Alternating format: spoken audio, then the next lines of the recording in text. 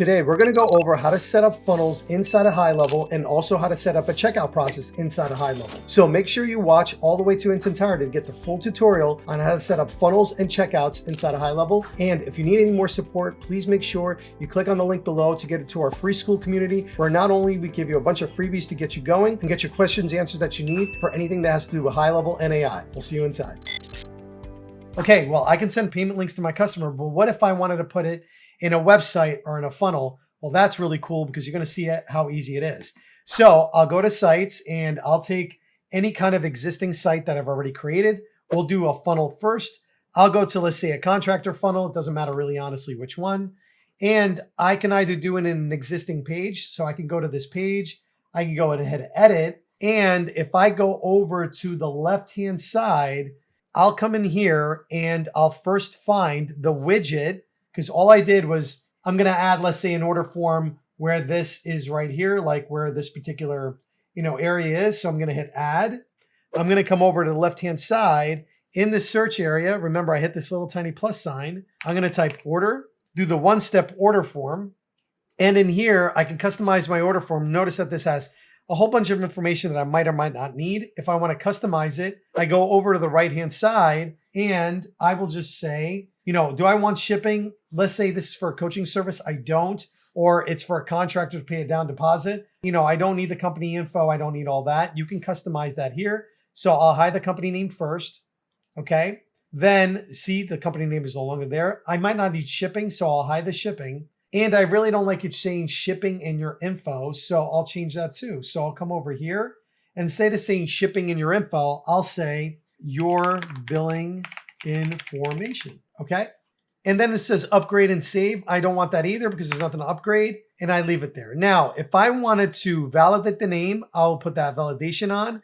If I wanted to validate or give it a country code because I'm selling international, I would put the country code. And if I wanted to come in here and enable postal code and country, I could enable notes at checkout if I wanted to. And again, look, applicable only for NMI and authorized.net. It won't work with Stripe.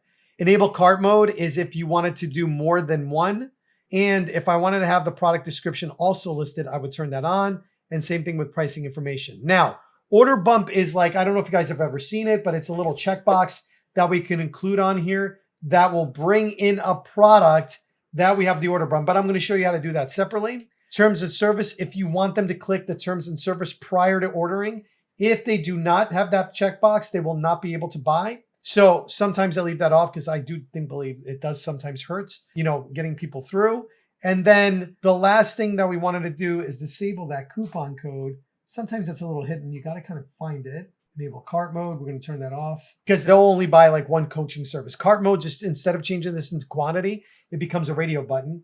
We're going to turn off coupon codes because there's no coupons for this particular one. And then when I'm done, I would either hit save if I just want to, save it in here and I want to go back to and finish it, or I would hit publish if this was a real link or whatever else. Now, most people also get confused because they'll see dynamic item and they're like, wait a second, where's all my items? Well, the way it works inside of GoHighLevel is you add the products to the page through the products tab here. So I would come in here and I would add the coaching product, right? Let's do coaching, okay? And I would do coaching program. And then this is, remember I told you why it's important to name your pricing, because I wanted maybe just list the monthly pricing in here and then the product name, I'll do monthly. And if I want to display the price, I could, or I would just do it here, 45 month like that with a little $sign. This is the way I like to do it. And that's what will be displayed. All right. Now that I've added the product in here, all right, it's reoccurring. And mind you, mine has a little question mark because I don't have a payment integration directly in here. But what's wild about this is if now I go back to the page, you still would see a dynamic thing in there. You wouldn't see the actual product. Don't panic. It just means that it's dynamic and will change based on the products that you add in that product section. So see, it still says dynamic. But if I go to little I there, it will, again, because there's no payment available, it won't show any products, but my product would show on there if I had Stripe connected. All right. Now, the next thing I want to do is, well, what if I wanted to add like the keychain as the order bump? Well, first thing I would do is you can come in here, go to products, and let's add the little keychain. So dog keychain, it'll be the gold, whatever it is. I'll say gold. And then if I wanted to add it as an order bump, I have to state that. So I would come in here, additional option. And instead of main product, I would do bump product. I would hit save.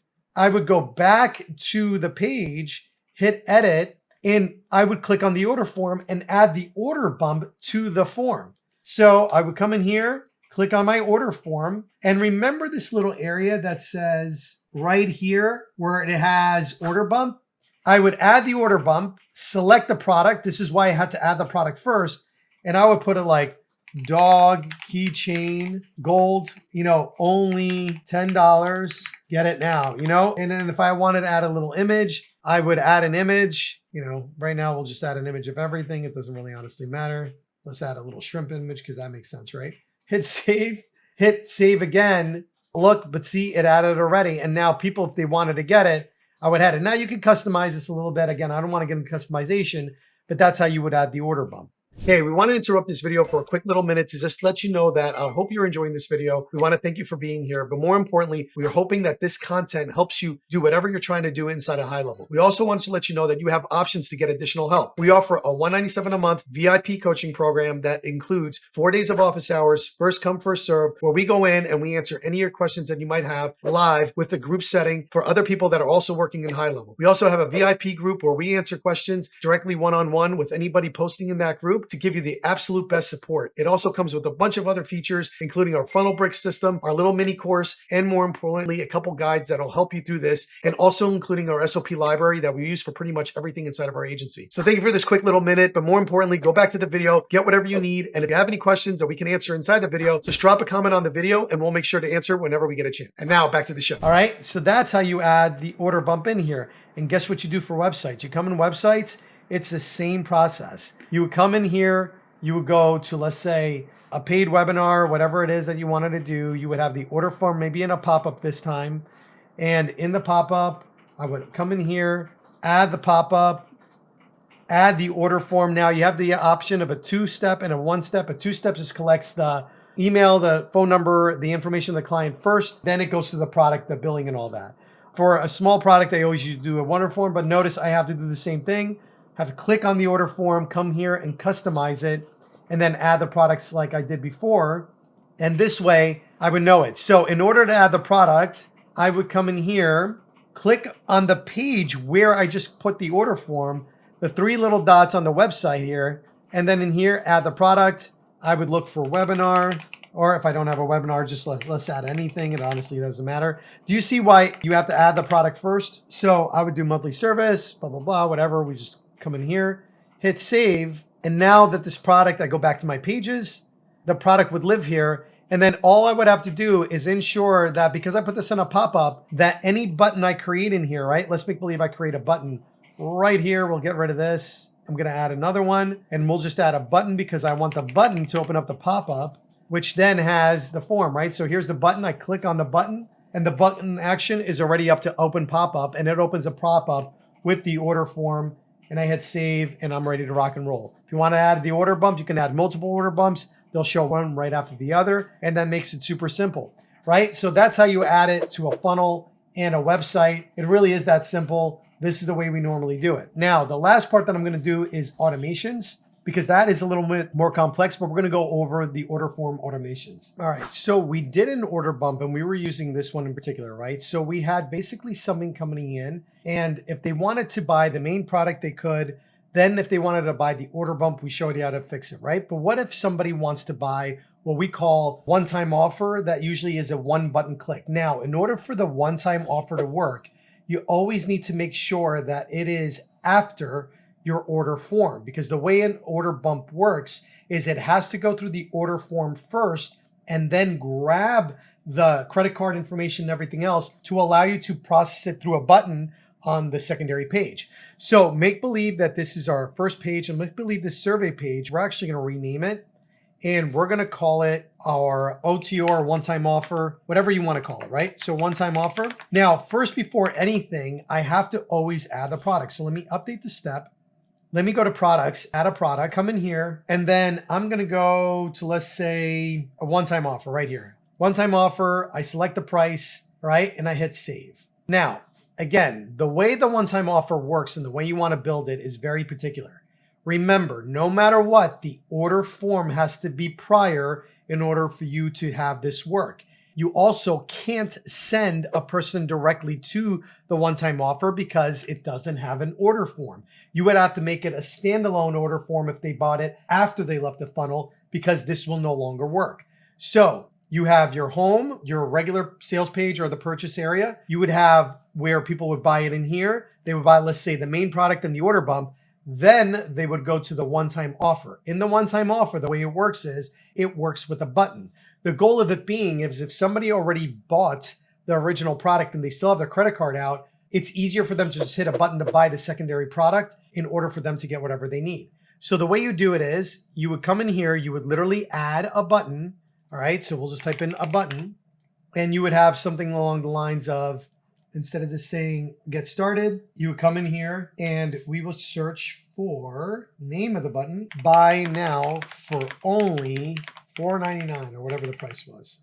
All right, limited only now pricing, whatever. I mean, obviously the copywriting, you guys can figure it out. And then we would go down here and you see where it says button actions. Instead of opening a pop-up, which was originally what we had it do in the front page, we would do right here, one-click upsell and downsell products. And because we added the products already to the page, we now have the products here and we would select the product.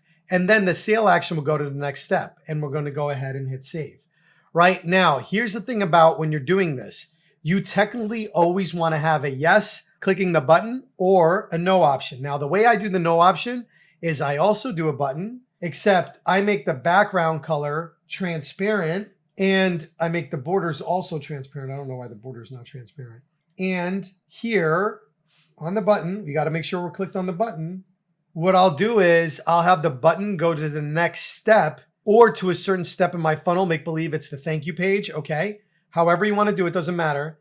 And instead of get started, I would say, no, thank you. I am not interested. Okay. And then you would hit save. So now people have an option of buying the thing or no, they're not interested by hitting that. And you have to make sure they're clear because if not, people will get upset. So make sure if you are going to do a one-time offer, this is what you would do. And if you wanted to add a secondary page, like a second, maybe a downsell or another upsell, all you would honestly do is come in here. You would duplicate the page or clone it.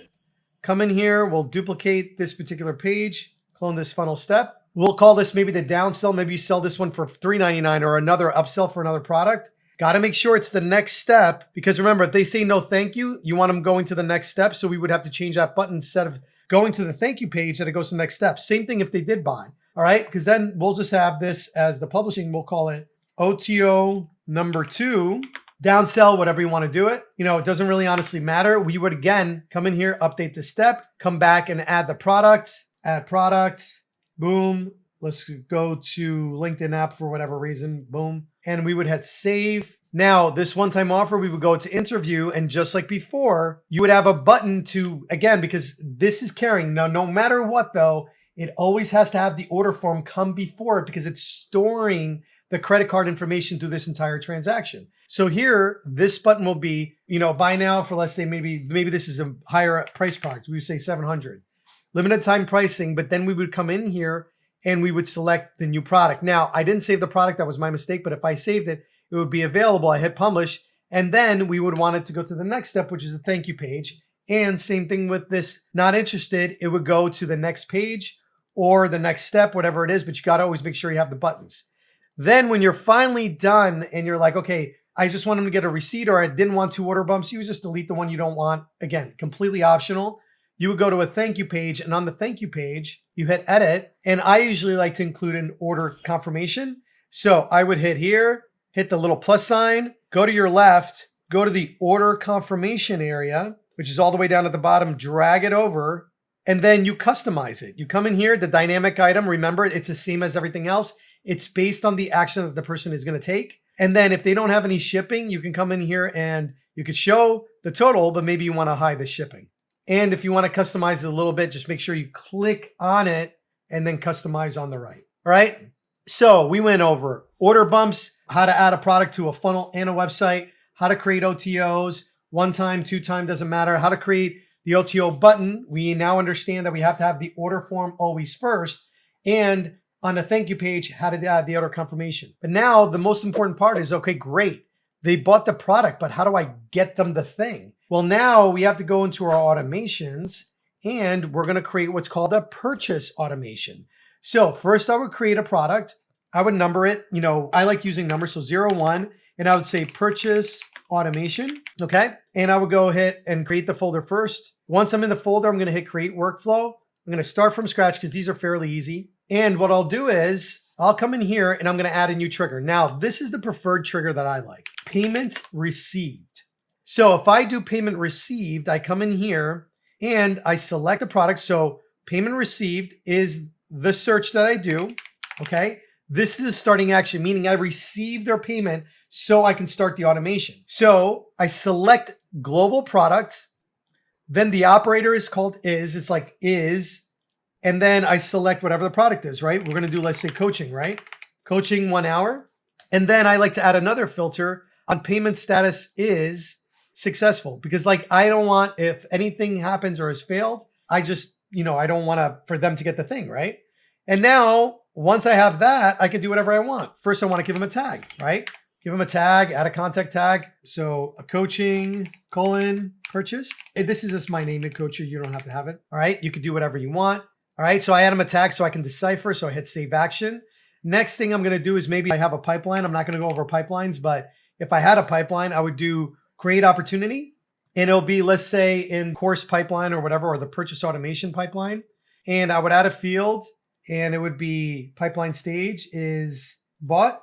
Okay. And maybe I change the status to 1 because now they're officially my customer. Then I would do an email. All right. And in that email, it would be like a thank you email. It would be, thank you. Here is your thing or your calendar or whatever, or your service. We will call you shortly. Whatever it is that is going to be your fulfillment email, right? You would have blah, blah, blah directly in here with the link for them to go buy the thing. If you had a course, you would grant them the access to the course. There's a whole video I did on that. That's separate, but you would grant the offer. Maybe it's a community. You would give them community access, grant group access.